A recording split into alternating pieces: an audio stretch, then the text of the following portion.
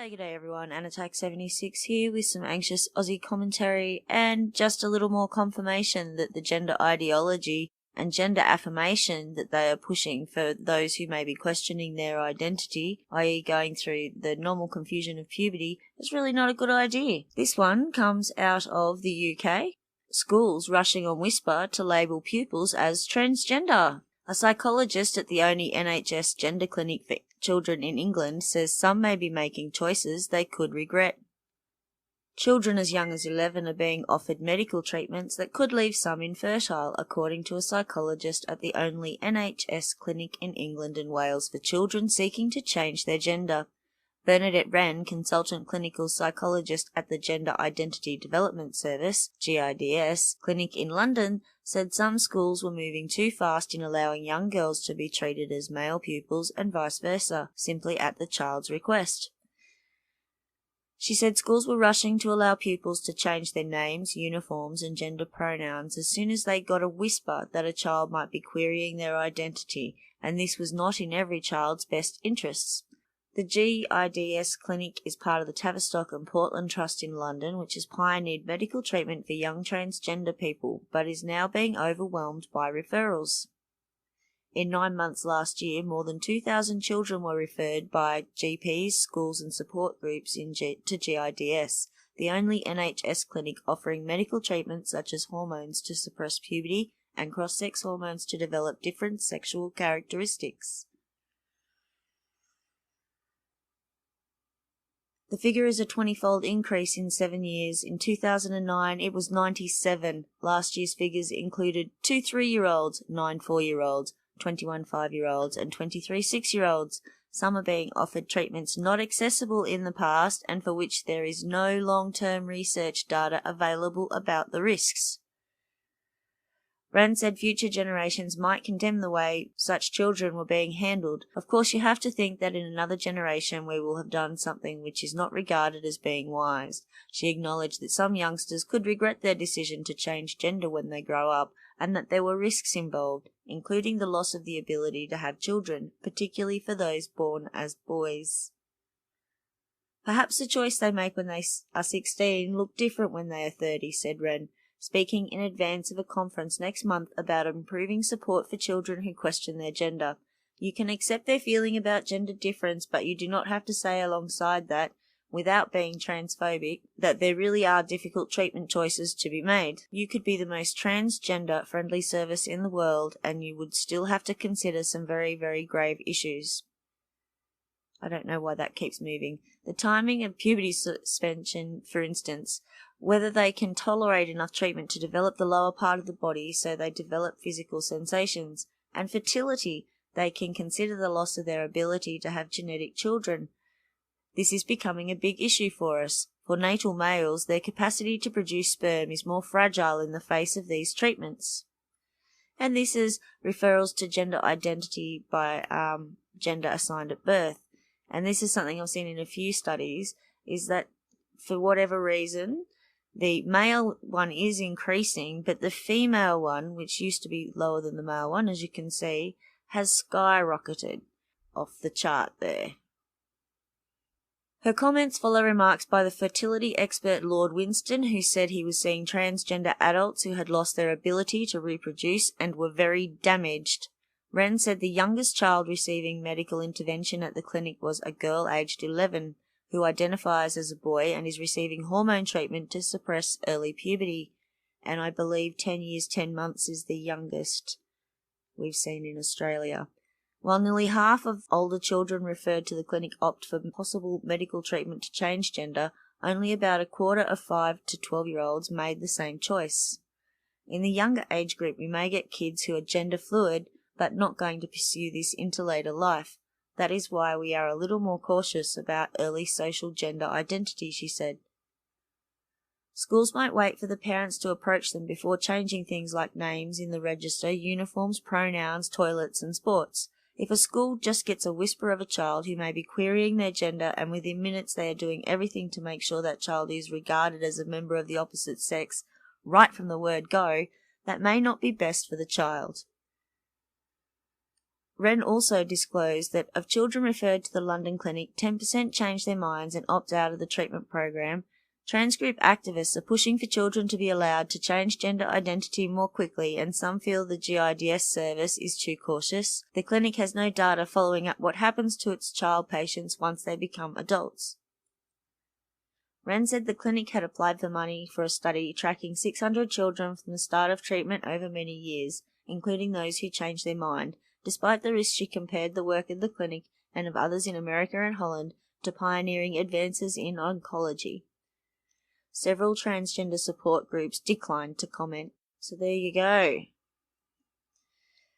So Breitbart added a couple of extra details to that story because they quoted this Times one, saying the psychologist's comments echoed those of IVF pioneer Lord Robert Winston, who sent a similar message of caution late last year when he said the long-term effects of taking hormones are likely to affect reproductive function. Speaking on the BBC's Radio 4's Today program, the Professor of Science and Society and Emeritus Professor of Fertility Studies at Imperial College London described the outcome of gender reassignment surgery as horrendous in a big proportion of cases, noting that almost a quarter of people who had their breasts removed felt uncomfortable with what they'd done. That's horrible. Citing his work at fertility clinics, the TV presenter said he had seen very unhappy people who now feel quite badly damaged.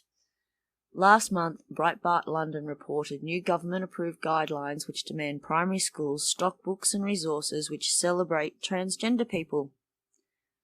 The Gender Identity Research and Education Society, an influential lobby group which has produced leaflets for the NHS, last year said schools should mark the transitioning of transgender pupils with celebratory events such as a cake to send an upbeat message about sex changes, or maybe to make others think that, oh wow, you get special treatment if you're trans. Because that's awesome, isn't it?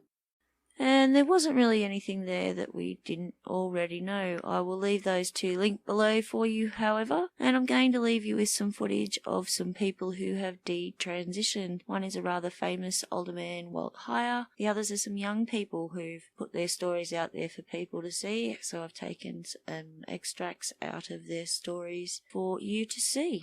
Thanks for listening. We'll catch you next time.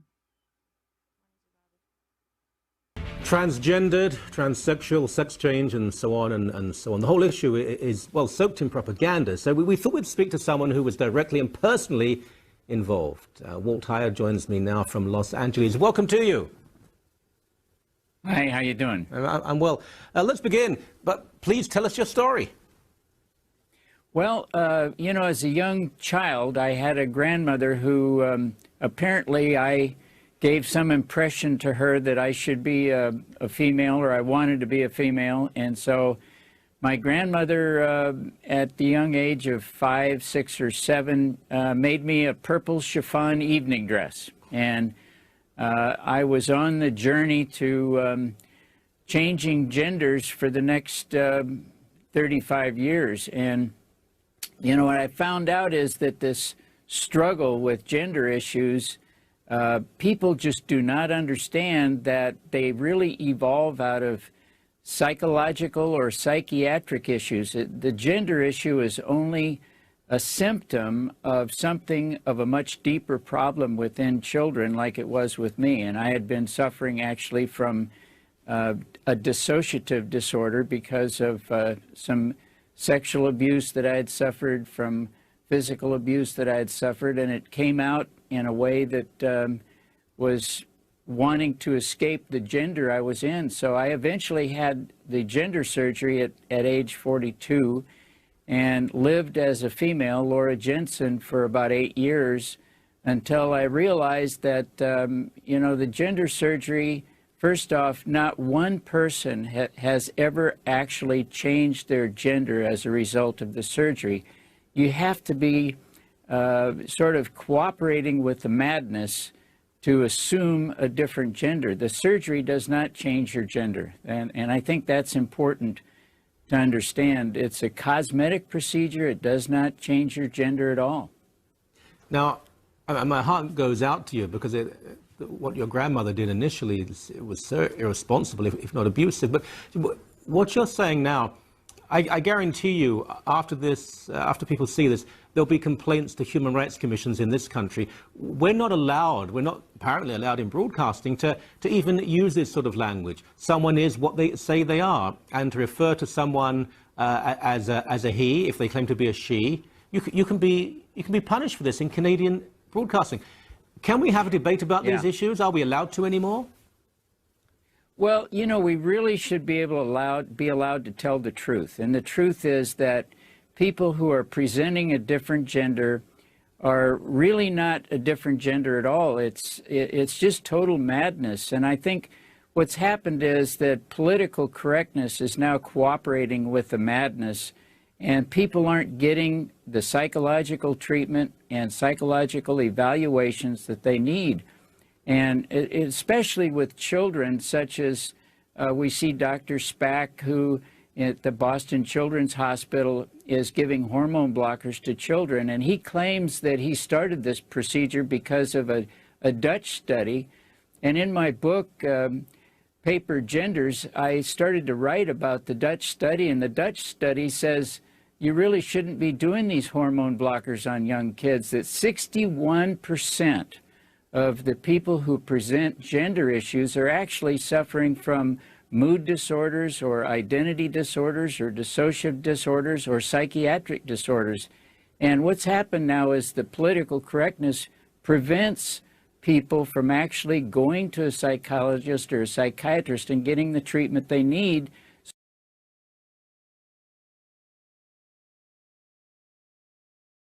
Hi, I'm Crash. I'll give you a bit of background about my transition history. I started living as a man when I was 18. I started taking testosterone when I was 20. I took testosterone for a total of 4 years. I lived as a man for about 9 years. I detransitioned when I was 27. I'm 30 now. I detransitioned because I realized that my dysphoria and transidentity were rooted in trauma and internalized misogyny. I was severely bullied and harassed starting when I was a young girl and continuing throughout my teenage years. First I was bullied for being a gender non-conforming girl, and later for coming out as a butch lesbian. I also realized that starting in my teenage years and also in my early 20s, I received a lot of encouragement for identifying as a trans man. People treated me a whole lot better when I passed for male or when I was seen as a trans man compared to when I was seen as a woman. And I think that greatly influenced how I saw myself. I also see a connection between my decision to transition and my mom's suicide. She killed herself when I was 20, and I started hormones about 3 months after she killed herself. We greatly physically resembled each other, and I think one of my motivations for changing my body is I wanted to differentiate myself from her. So I looked back over my past and realized that my transition and my trans identity were coping mechanisms for dealing with traumatic events that I had been living through, and that a lot of what I had experienced as dysphoria was a kind of dissociation that resulted, or that was a result of trauma. Since I shifted my approach to dealing with my dysphoria from seeing my main problem to being figuring out how to express an internal gender identity, to seeing my problem as being how do I heal and recover from traumatic events that I lived through, I've achieved way more relief overall. I did experience some relief from taking hormones and living as a man, but since I've started to accept myself as a woman and work through my trauma, I've gotten a whole lot more satisfaction, and I feel much happier and much more functional overall.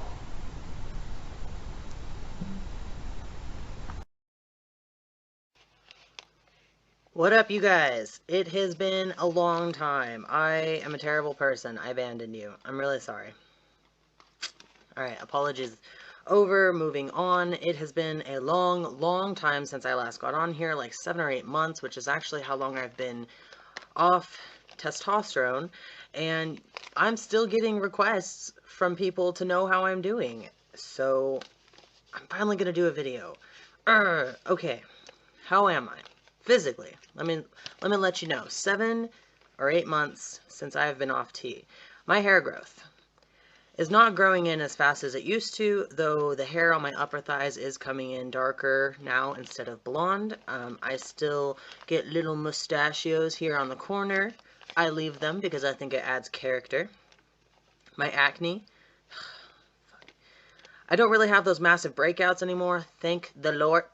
I did, after quitting tea, I developed cysts, most of which went away, but it was just like, it was like the pus under my skin.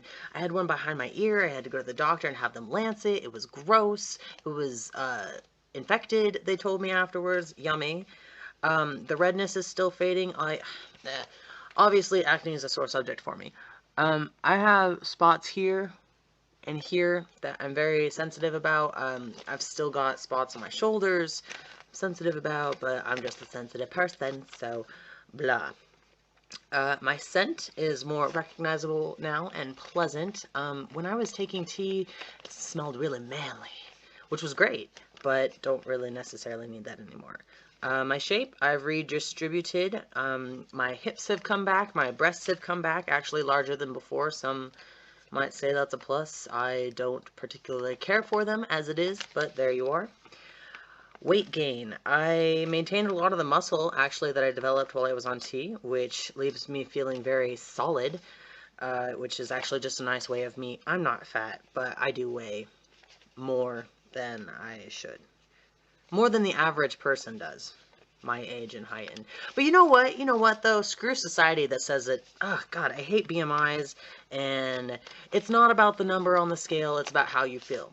Regardless, I don't like how I feel. I continued to gain weight after detransitioning, so I have lately been on a pretty strict health regimen, and I've been working out, so I should be seeing some pretty cool results soon. My genitals, there's no change on the clit size, which is kind of cool for my partner, makes it easy to find, but on the other side, sensitivity kind of balanced out when I first started taking tea. Wow, it was really sensitive, and sex was awesome. Sex is still awesome, but now it's just, you know, it's like normal. My voice has raised enough that I pass over the phone as a female, but you guys can hear it's still kind of deep. It's really scratchy. It's almost always hoarse. Over time it might raise a little bit more, but it's probably going to be like this forever, which I have sort of come to terms with. I don't really care for it, but right now I just don't like myself, so there's not a lot I can do about it. Emotionally. Immediately after I quit taking tea, I went through some pretty intense mood swings, and really all I could do at the time was apologize for my behavior. I still have anger flares that I'm dealing with. I feel bipolar often, where one day I'll just be having a great day, and then the next day I'll be like, why am I even bothering doing life? Which actually brings me to my next point, depression.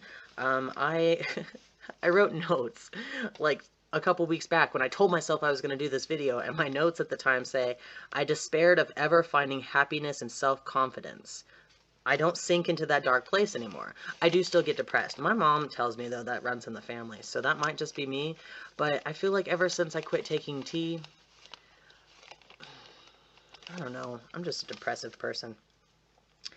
Where am I at right now? I'm working one job full time, moving up in my position. My coworkers have always been very supportive, but I know they prefer me as I am now. They were, you know, they took to the transition better than I thought they were going to, but, you know, they prefer me as a female. I'm engaged to my best friend. His name is Chris, and he was actually the first one to ask me in detail about my transition.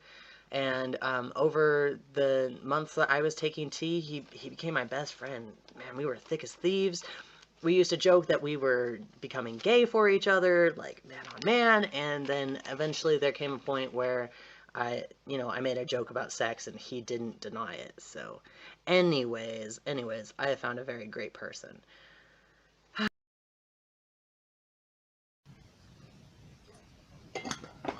Basically, what I was told by the trans communities I was in was that the treatment for dysphoria is transition.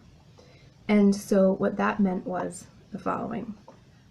1, finding your true gender identity and accepting it.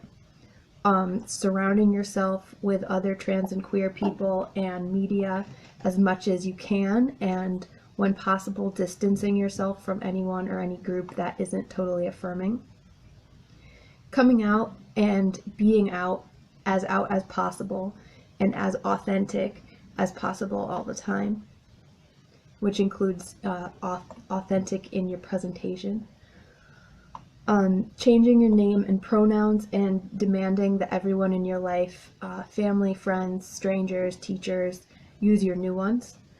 As a side note, there was such a focus on this and the idea of avoiding the triggers of being misgendered or dead named that even though I have a gender neutral name, I started to feel like it was too connected to people seeing me as a woman, and I did change it to an extent anyway, and I totally changed it in the online spaces. Okay, continuing with transition steps that were meant to help with dysphoria. If you were transmasculine, bind your breasts, cut your hair, wear only men's clothes, maybe pack, and stop using the women's bathroom. Get rid of as many reminders of your past female self as possible, and encourage people in your life to do the same. So this could include asking them to apply your new name and pronouns to stories from your childhood, or removing old photos, etc. Also go to a gender clinic, or a gender therapist, but usually not at all with the intention that therapy might help you deal with dysphoria directly. Usually the intent was expressly to get a letter for testosterone and/or surgery. So of course, being on T, getting top surgery, and legally changing your documents were seen as pretty standard goals for transition. Testosterone and top surgery were pretty accepted as the main ways to relieve dysphoria. Physical dysphoria, because they would actually change the dysphoria causing body parts or physical features, and social dysphoria, because being on hormones and having surgery generally helps folks to pass better and to be seen in society as their desired sex. As you know, I didn't take hormones or get surgery. However, I took most of the other steps that I just spoke about. I figured out my identity. I started to participate in trans communities online. I watched tons of transition videos and trans YouTubers. I enjoy fan fiction, so I read a lot of fan fiction which reimagined my favorite characters as trans. Of course, I cut my hair in a more masculine way, even though I already had short hair. I also did bind and try to minimize my female shape through clothing. I changed my presentation and my clothes to be more consistently masculine or androgynous, and came out in as many settings as I felt I could. I was active in LGBT spaces at my school, in the local LGBT community, and in my church. I went to protests and vigils and was interviewed on the news as a queer activist. I lived in a queer collective house, and I interned in a program focused on trans youth at risk for homelessness. I also did educational presentations on gender and sexuality, which now I would absolutely cringe at, but at the time I felt being out and doing that advocacy work was my responsibility. I also blogged and wrote music and was in therapy, and while now I find all those things useful in dealing with dysphoria and womanhood and life in general, the way I was engaging with them at the time was more a cycle of reinforcing negative feelings, difference, and dissociation from myself and other people than it was helpful in processing or working through those feelings. I was also active in trans and queer mutual support groups and dated 2 trans-identified people. Somewhat counterintuitively, both of those things, my experience with the dynamics of the groups, as well as discussions with trans individuals that I got to know well, initially increased my dysphoria and distress quite a bit, and ultimately contributed to my re-identification as a woman. So yeah, short of medical intervention, I did and tried all the things I was told would help reduce my dysphoria. Some of them actively made it worse because they encouraged an obsessive focus on it. So it was sort of like stewing in my own juices. It's important to allow ourselves to feel painful feelings when it's in a constructive way. If you're observing the feelings and asking yourself questions about them, or if you're working through something difficult or traumatic with a therapist, but ruminating is not healthy or helpful, and that's definitely what I was doing. By the same token, this community fixation and emphasis on misgendering and dead names in bathrooms seemed to sensitize me to being incredibly hurt, or seemed to sensitize me to being increasingly hurt or triggered by unavoidable slights. The majority of people, no matter how I try to hide that I'm female, will address me as she, and no matter how I present or identify, I will be treated the way society treats women.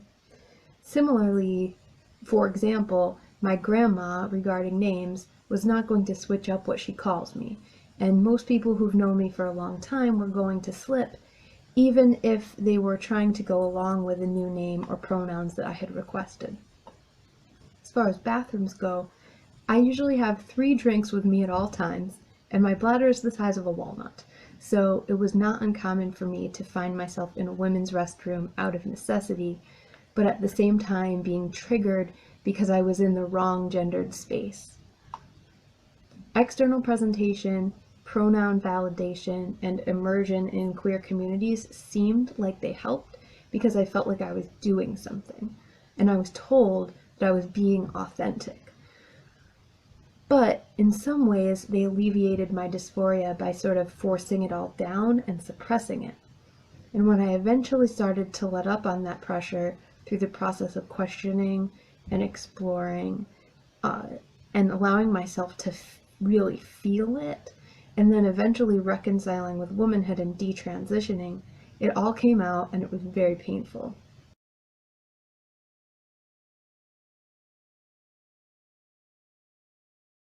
So that they can actually avoid doing surgery or changing genders. This is fascinating because I've seen this in Canada, and I wanted to ask you about the US and perhaps the rest of the world. So if someone goes to a psychiatrist and says, I feel that I'm a woman trapped in a man's body, I've heard psychiatrists in Canada say to me, if we say that this is a disorder and we can help you with it, we could actually lose our license. If there was a complaint made, we could be in severe trouble. Is that true in the States too? Yeah, that's exactly right. And this is where, you know, Kinsey many years ago started this whole process of you know, just being crazy with gender and being crazy with homosexuality. And today it's just kind of taken over. And so people who need good psychiatric and psychological treatment cannot get it because they're taking these evaluations out of the DSM, the manual that allows the psychologist or psychiatrist to evaluate people. I had what they said was a dissociative disorder, and they said I had 13 different personalities. Now, that was only discovered because I was working as a technician, chemical technician in a psychiatric hospital, and the psychiatric doctor noticed things in my behavior that caused him to raise questions about my having multiple personalities. So it was only a result of working in a psychiatric hospital that I was able to be evaluated properly and then to be treated properly and then to be able to return to my birth gender. And I get letters from people frequently who are returning to their birth gender. The people are going from male to female and back to male again because the surgery does not resolve the psychiatric issues that people suffer from, and the advocates won't let you get the treatment that you need so that you can avoid surgery. You know, we have to address this again because we haven't got any time left. Will you come back on the show? Oh, I'd be happy to do so. I'd love to. Okay, we'll have you back on, but I guarantee there'll be repercussions, even the fact that we have dared in Canada to have this interview. Thank you for your courage, and thank you so much for your time. My pleasure. Thank you very much, Michael.